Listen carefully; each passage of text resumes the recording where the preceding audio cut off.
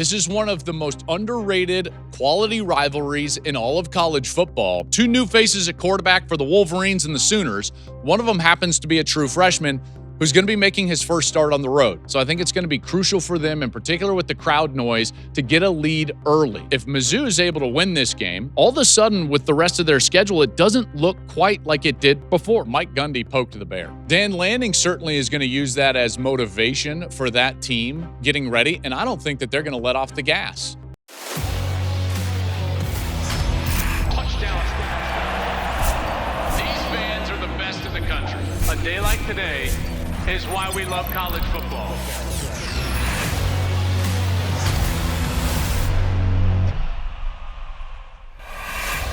Hey, what's up, everybody? Welcome into the Joel Klatt Show. I am Joel Klatt. This show is brought to you by The Graduate by Hilton. We thank them for their support, as always. And here we go. Some Week 2 picks and previews on deck for you.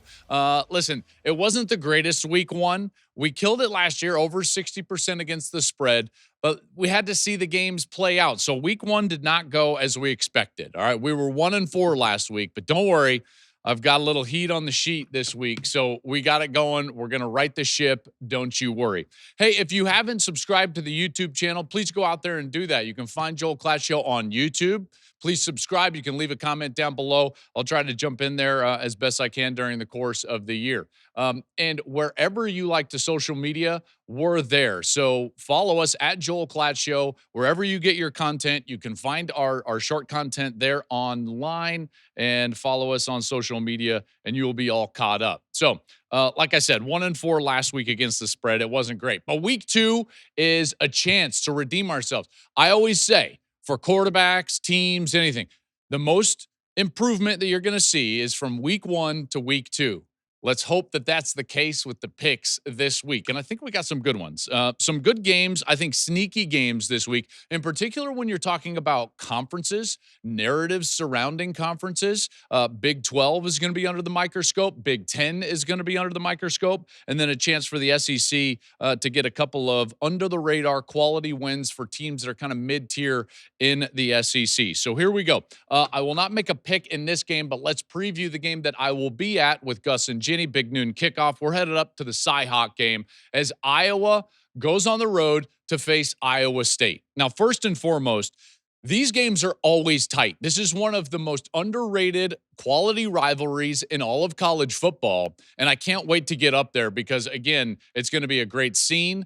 Ames, Iowa, underrated home field environment right there in Ames. I think Iowa State is a really good team, and now this is their third game. So they've already got a chance to have a couple of, I don't want to say marquee, but really quality wins here in the opening 3 games of the season. They played Week 0 in Ireland against Kansas State. They got the win. Rocco Becht, their quarterback, experienced guy, and he's a guy that made some plays down the stretch. Now, remember, in the offseason, I was questioning how they were going to replace Knoll and Higgins on the outside. Both of those wide receivers went to the National Football League, really quality players. So there's some question about their wide receiver play. I think that remains. We're going to find out a lot about those guys as they take on Iowa and what always is a really quality defense for Kirk Ferentz and the Iowa Hawkeyes. But again, I want to go back to Becht.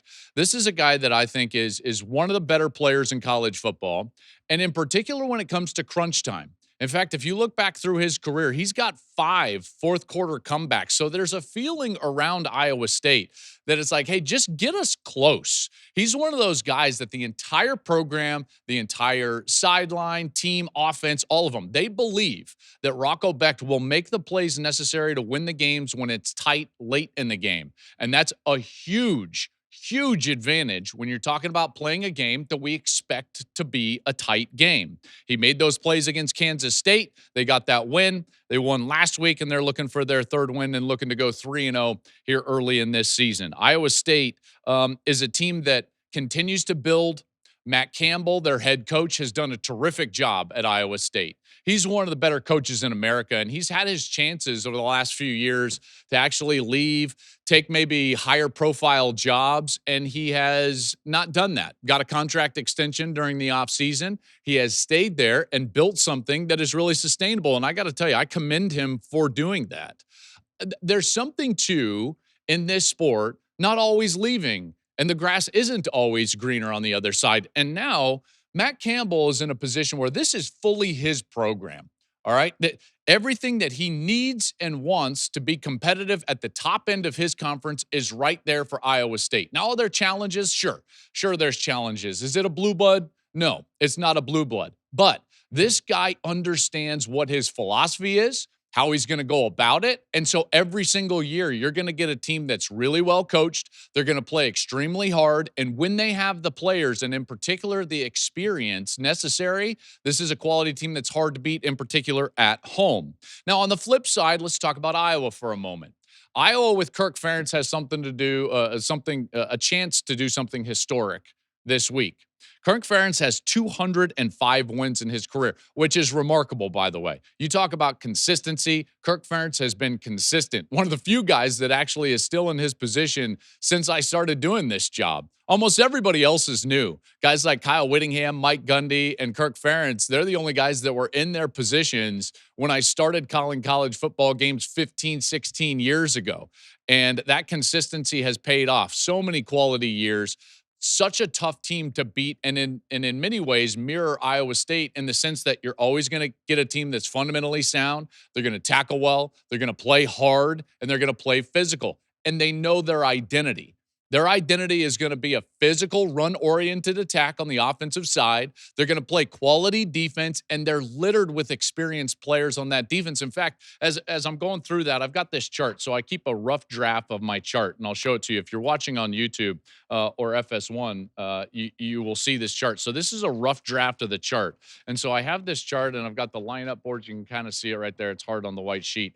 But I'm going through it, and I'm just studying as the week goes on. And you look at this Iowa defense, and you start to think, like, in the two deep, all I'm seeing is like, okay, he's a fourth-year junior. There's a senior, fourth-year junior, senior, graduate, fifth-year guy. They are littered with experience. So while there might be new faces from a starting perspective, a lot of these guys have been in the program forever. And if you've been in the program forever on that side of the ball, nothing has changed because of Phil Parker and that defense. Phil Parker, the defensive coordinator for Iowa, is one of the better defensive coordinators in the entire sport. He does more with less than maybe anybody in college football. And every year, they're tough to beat. Philosophically, this is how the defense goes. They're going to maintain their levels of defense so they never get themselves in a position where just one crease can beat them for a big play. Maintaining their levels keeps the ball in front of them, and then they force the opposing offense to snap it 9, 10, 11 times in order to score.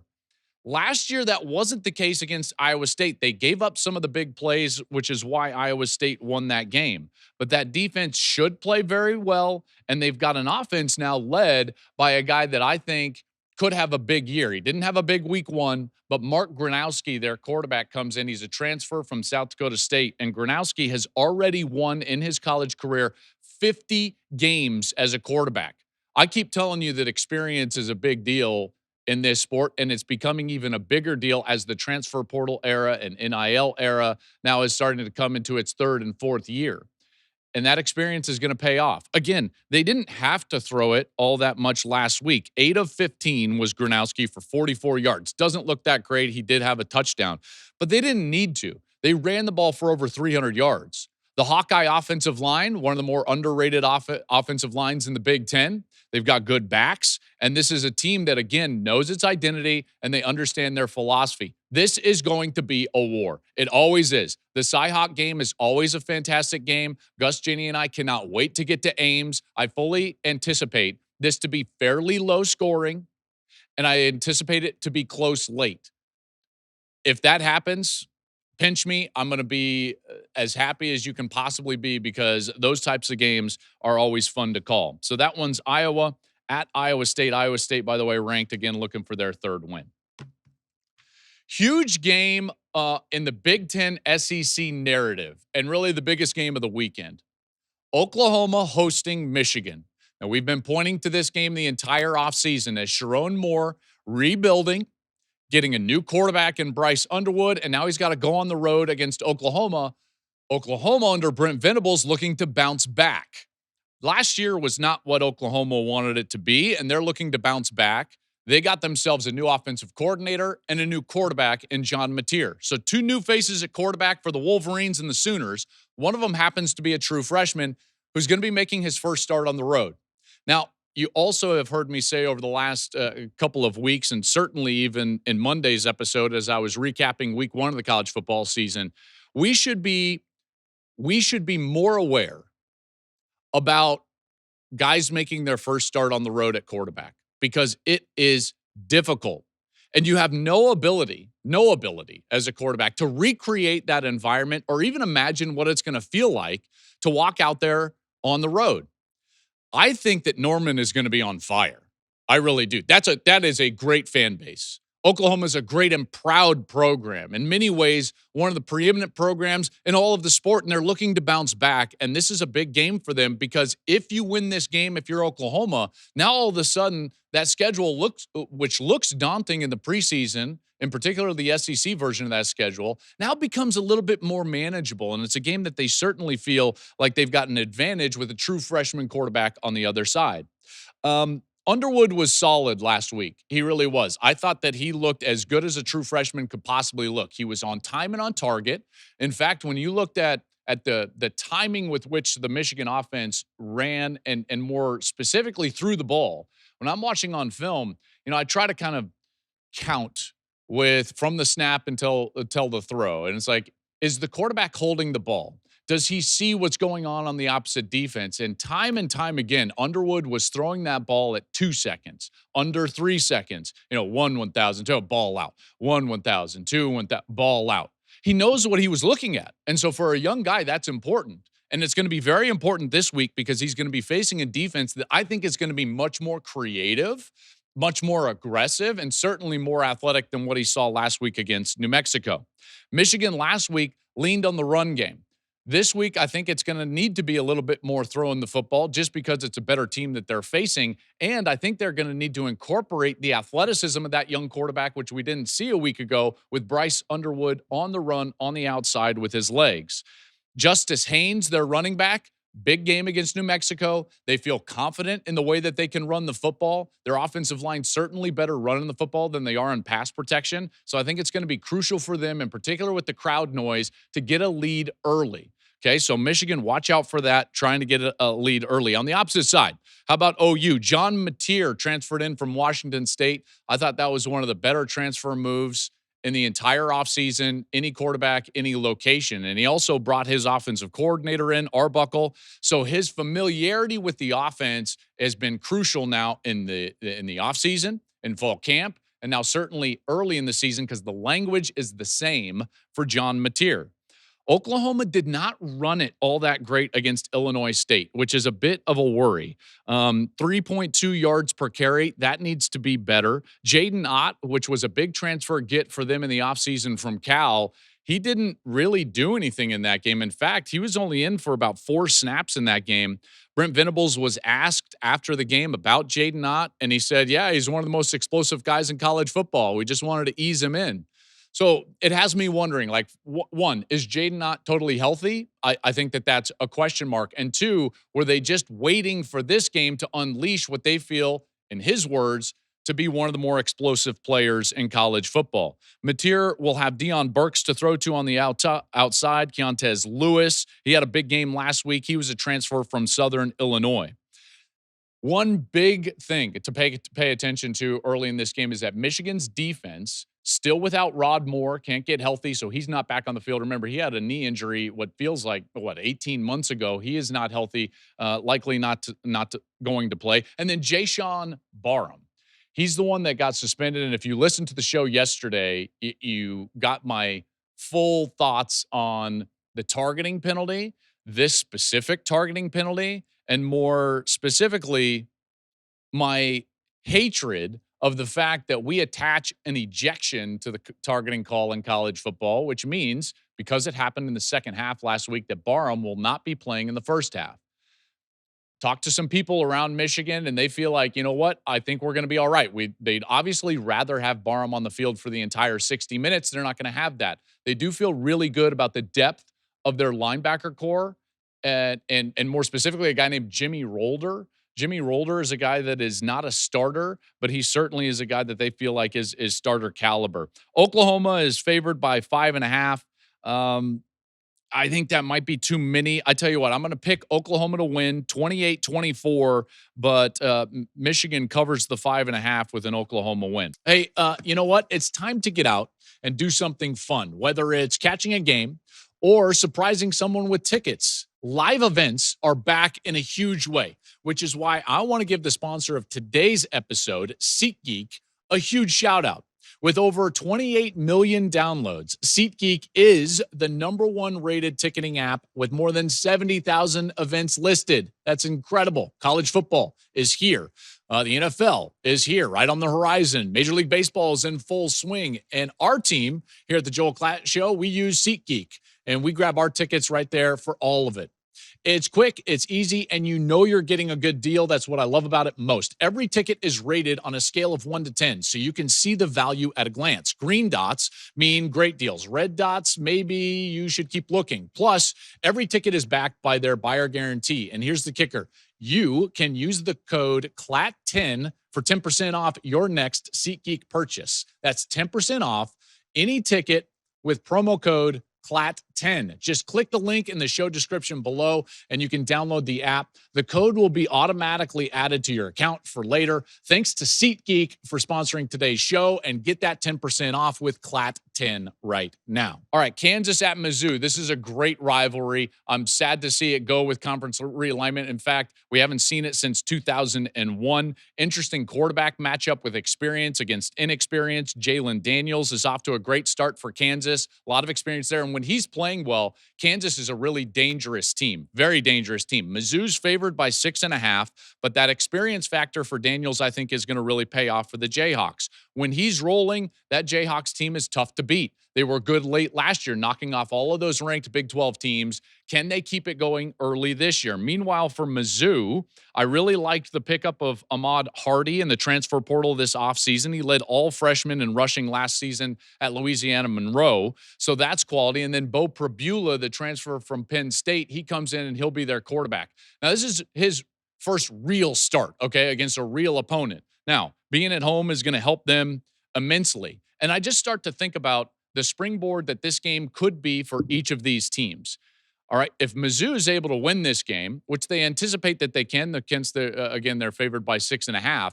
All of a sudden, with the rest of their schedule, it doesn't look quite like it did before. Remember, Alabama is on that schedule, and Alabama looks like a shell of themselves. They do have games at Auburn, OU, home to South Carolina, and A&M as well. But with the way that some of those SEC teams played in week 1, I feel like if you're Mizzou, if you can get this win against Kansas, you've got a path to a potential 10-win season and being right in the thick of things when it comes to the playoffs. Meanwhile, if Kansas were to win, think about how deep the top end of the Big 12 becomes.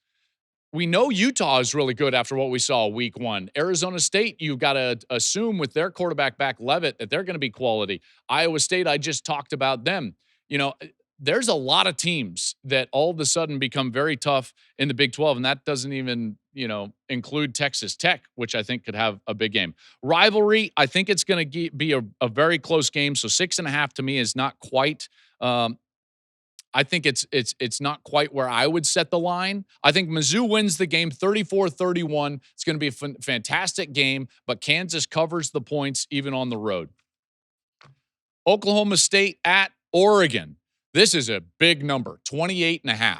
Now, here's what happened during this week is that Mike Gundy poked the bear. So OSU is going to have their backup quarterback, Zane Flores, start this game.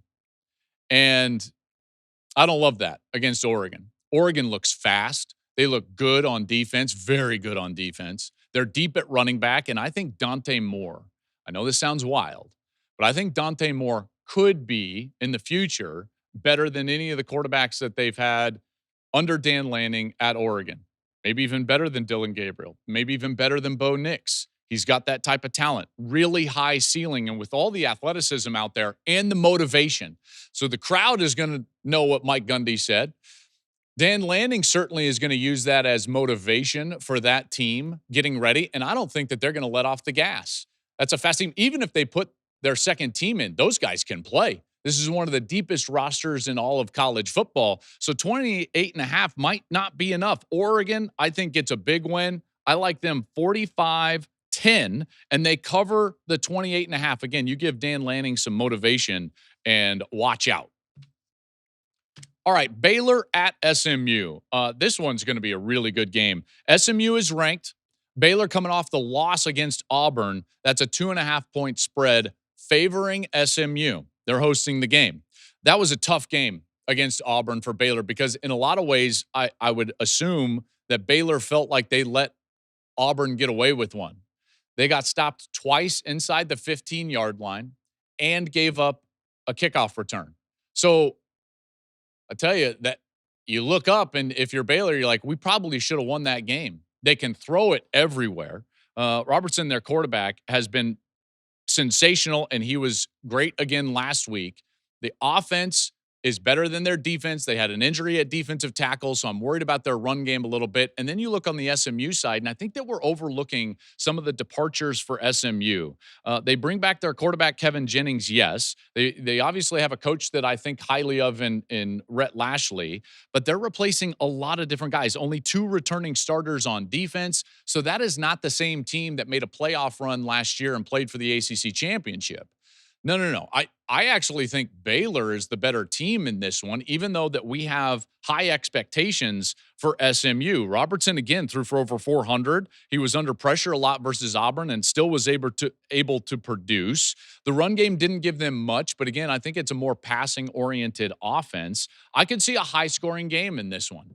You look up at this one, would it surprise me if both teams are scoring in the 30s? No, it wouldn't surprise me at all. In fact, I like Baylor to win this one outright, 38-34. They're going to be highly motivated. You've got to understand, when you lose a game like they lost to Auburn that they feel like they probably should have won, in particular with the way that their offense played, even getting those stops inside of the 15-yard line, the week of practice becomes so focused and there's such a sense of urgency within those practices that I think you're going to get Baylor's best. You don't want to go 0-2, obviously.